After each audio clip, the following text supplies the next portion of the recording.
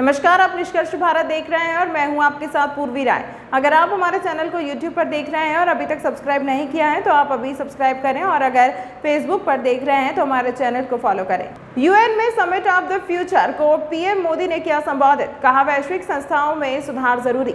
प्रधानमंत्री नरेंद्र मोदी यूएन में summit of the future को संबोधित करते हुए कहा कि वैश्विक संस्थाओं में सुधार बहुत जरूरी है, हमें मानव केंद्रित दृष्टिकोण रखना होगा, सतत विकास से सफलता संभव है। प्रधानमंत्री नरेंद्र मोदी यूएन में समिट ऑफ द फ्यूचर को संबोधित कर रहे हैं। पीएम मोदी ने कहा कि अभी भारत में जून में मानव के इतिहास में दुनिया के सबसे बड़े चुनावों में जनता ने हमें तीसरी बार लगातार देश की सेवा का मौका दिया है।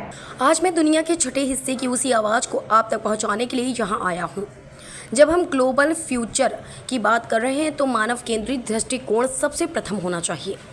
सतत विकास को प्राथमिकता देते हुए हमें मानव कल्याण, भोजन और स्वास्थ्य सुरक्षा भी सुनिश्चित करना होगा। यूएन में समिट ऑफ द फ्यूचर को पीएम मोदी ने किया संबोधित, कहा वैश्विक संस्थाओं में सुधार जरूरी। प्रधानमंत्री नरेंद्र मोदी यूएन में समिट ऑफ द फ्यूचर को संबोधित करते हुए कहा कि वैश्विक संस्थाओं में सुधार बहुत जरूरी, हमें मानव केंद्रित दृष्टिकोण रखना होगा, सतत विकास से सफलता संभव है। संयुक्त राष्ट्र को संबोधित करते पीएम मोदी। प्रधानमंत्री नरेंद्र मोदी यूएन में समिट ऑफ द फ्यूचर को संबोधित कर रहे हैं। पीएम मोदी ने कहा कि अभी भारत में जून में मानव के इतिहास में दुनिया के सबसे बड़े चुनावों में जनता ने हमें तीसरी बार लगातार देश की सेवा का मौका दिया है। आज मैं दुनिया के छठे हिस्से की उसी आवाज़ को आप तक पहुँचाने के लिए यहाँ आया हूँ। सतत विकास को प्राथमिकता देते हुए हमें मानव कल्याण, भोजन और स्वास्थ्य सुरक्षा भी सुनिश्चित करना होगा। भारत में 250 मिलियन लोगों को गरीबी से बाहर निकालकर हमने दिखाया है सतत विकास से सफलता संभव है। सफलता के अपने इस अनुभव को हम ग्लोबल साउथ के साथ साझा करने को तैयार हैं।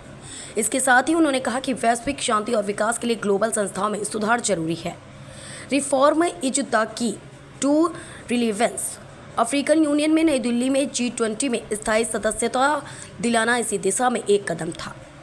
वैश्विक शांति और सुरक्षा के लिए एक तरफ आतंकवाद बड़ा खतरा है तो दूसरी तरफ साइबर क्राइम, मैरीटाइम सुरक्षा, स्पेस जैसे अनेक संघर्ष के क्षेत्र बने हैं।